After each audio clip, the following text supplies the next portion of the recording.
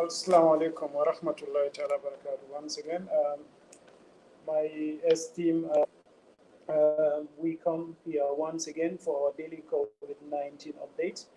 And today I'm expecting three guests, that is Omar Sao, Mustafa Mane, and Dauda Hussein. But I think they are running late, so I'm going to start. As usual, we start with the numbers.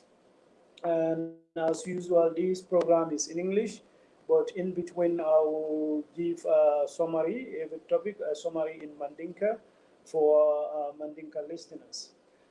As usual, we start with numbers because this is daily COVID-19. So even though today, so the main topic is about COVID-19 and environment.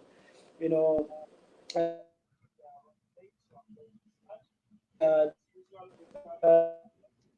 pandemics can be environment because where we are today. These particular from animals. Omar, welcome.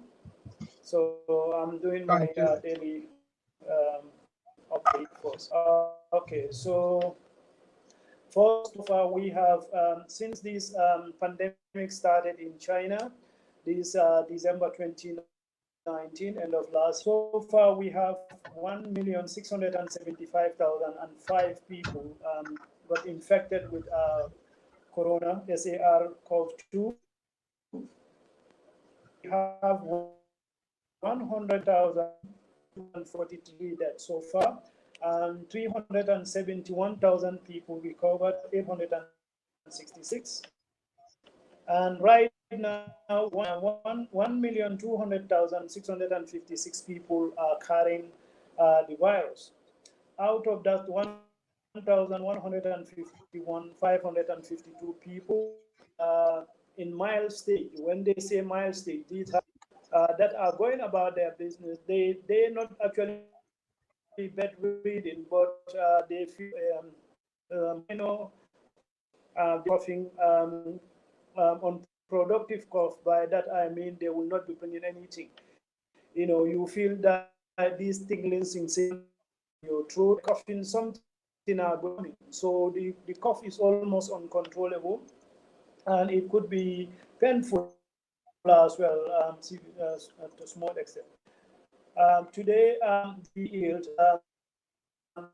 hit the critical mark, the 50,000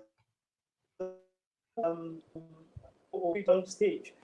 This serious or critical stage are the group that can't even breathe for themselves. They have to go to the hospital support. As you all know, so far there is no definite cure for COVID-19. So, but why people go to hospitals so that the doctor extra support, because they are struggling maybe at 10 to 25% capacity. And if your lungs is and we have only, it's not possible for anybody to get more than 75% saturation in the hospital. They will give you 100% oxygen to help your damaged lungs. Okay, so quickly translate.